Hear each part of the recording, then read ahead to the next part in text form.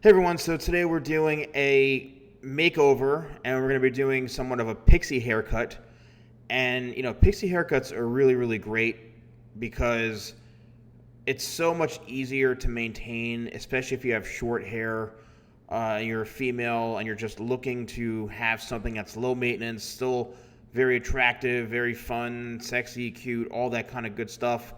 And this just makes life a lot easier. So if you are feeling confident with having short hair, then I would highly suggest going with a pixie haircut at least once in your life, just to have fun and to feel a little more free with your hair, and to also just have lower maintenance too. I mean, the maintenance on this is much lower, so it's easier to take care of this. Now, finding someone obviously is going to be the challenge, but I would say anyone who works well with short hair is definitely going to have the advantage of doing this. Even barbers can potentially cut pixie haircuts fairly well. The thing where it gets complicated, as we'll see as we go further into the video, is the scissor work and the things that I'm doing with the texturizing, the razor, and all sorts of wild stuff. What I'm doing now is I'm using, I believe I have like a number 5 guard or something, or a 4 guard, and it's really just to remove the excess weight throughout the bottom. This is just getting the job done a lot quicker. The one thing you want to make note of, however, is I am using this on dry hair. I'm using the clippers on dry hair. I don't suggest using clippers on damp or wet hair ever, simply because on dry hair, the hair is going to fall in its most natural state. So you're going to be able to see lines, you're going to be able to see any sort of unbalanced shape. It's going to make things so much easier when it comes to blending in the hair, when you can see what needs to be blended. When the hair is wet or damp, first of all, the clipper guards don't really necessarily cut all of it at the same consistent pace. And because the hair is clumpy, it's a little bulky when it's damp. It's just not going to, you're really not going to get an even cut, to be honest with you. So anytime you're doing clipper work like this, make sure that the hair is fully dry. All right. I've seen so many times in my experience in a salon where someone will make the client get their hair washed, bring them back to the chair, and then right away with the clippers start trying to cut hair while it's pretty damp and wet. I'm like, oh my gosh, what are they doing? So trust me when I tell you this. And if you're a client who's actually going to someone and they are trying to attempt cutting your hair with the clippers wet, I would be a little concerned. Of course, it's tough to, a quarter of the way through the appointment to say, wait, what are you doing? But now what I'm doing is I'm actually going in by hand, and I'm going to be just tidying up the edges around the ears and stuff like that, just to kind of make things a little bit neater. Can you do this with clippers? Yes, you can fade it up even shorter. But I think for these haircuts, especially when you're trying to keep some softness and you want to create a really nice soft blend, I always suggest going in and doing scissor-over-comb, just because you're able to really fine-tune everything and keep that softness there. Sometimes clippers, when you're using clippers, it's almost too late because you're like, oh, it's gone already. The hair's already buzzed off. So with the scissors, you're able to have a little more control, especially when you're going around the ear area. You're just really fine-tuning everything, and you've got, a lot more control over the lengths, where you're cutting, what you're cutting, and all that kind of stuff. So for this, I'm just generally, going in, fading it up by hand, a little bit closer and shorter on the nape area, which just keeps things looking a little bit neater, a little bit softer. And what we're then going to do is we're going to work our way upwards. I can still see I've got that line of demarcation there, which now I'm actually taking out with the shears. And the hair is still dry. That's one thing to make note of. I have not yet put any water on the hair because, as you can see here, there's that ledge or that ridge right there. Now what I'm doing is I'm cutting it, and I'm able to work the comb through the hair freely, and I'm able to cut the hair as I see it, as it's naturally falling. And you could see instant results. That's how I like to say it. It's instant results. Whereas if the hair was wet, I probably would not be able to get the same feedback.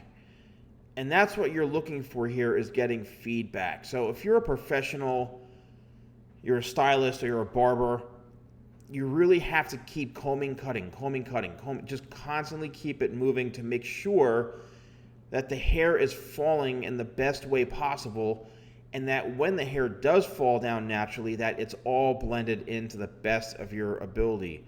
You know, this is a short haircut. You do want to make sure it all is connected. You want to make sure it's all soft, it's all blended. You don't want to see lines of demarcation, and I've seen that in a lot of haircuts. And unfortunately, you know, a lot of the times, the people aren't really going to that extra mile to do this. You know, is this a 1, 2, 3 haircut? No.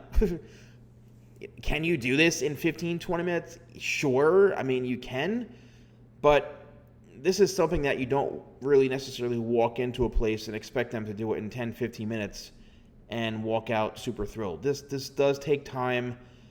This does take, you know, a lot of craftsmanship, takes a lot of effort.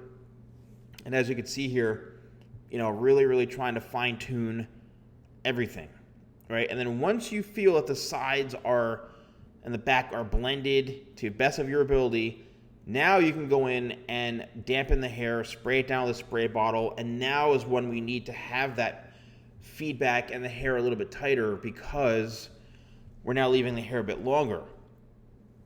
So we want to get that feedback while we're cutting and have more control as the hair is a bit damp. So we're kind of beyond the scissor-over-comb blending phase, and now we're in the blending phase of with the hair being a lot longer, and we want to have that precision. So what I'm doing is I'm just literally holding the hair straight out from the head, and I'm simply connecting the dots. I'm making sure that all the hair from the top is going to be fully connected and blended in, going into the sides, the corners, and the top.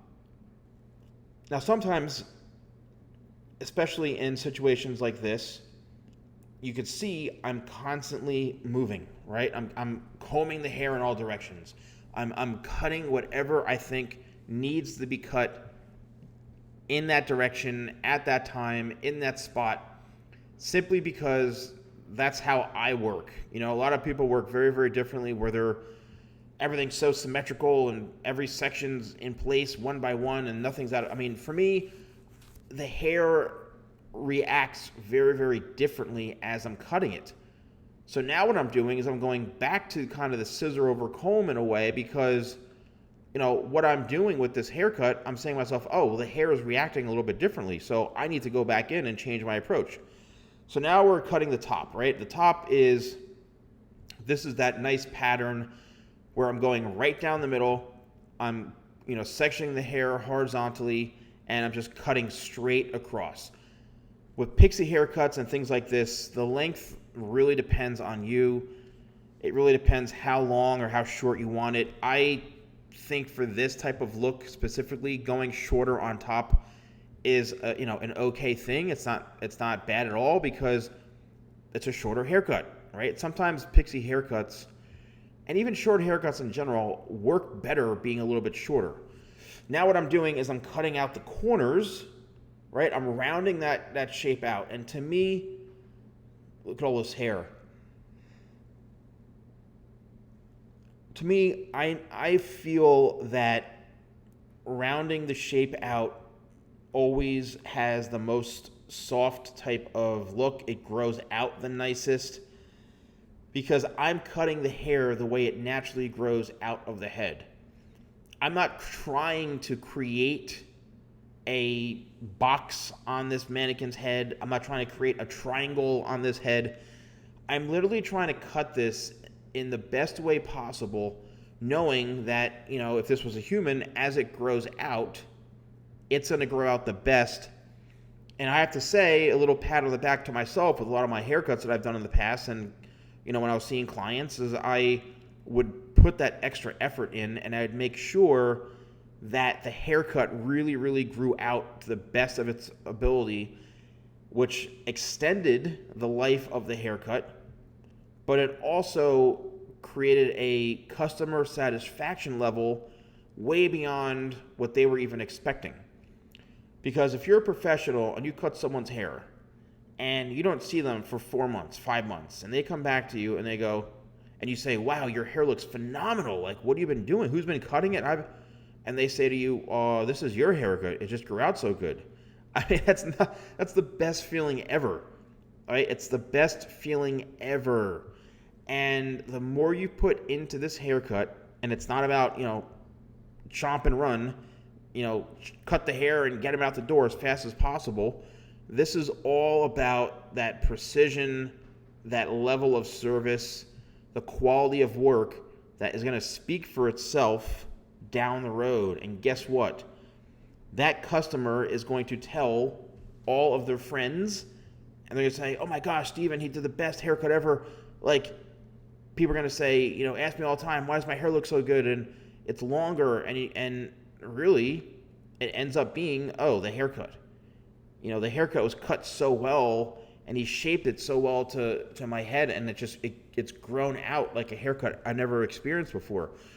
When you can hear feedback from customers, even when they come into you for that next haircut, and they say to you, oh my gosh, this is incredible. Like, as it got longer, everything was so perfect. That is the best feeling ever. So you have to put in that work.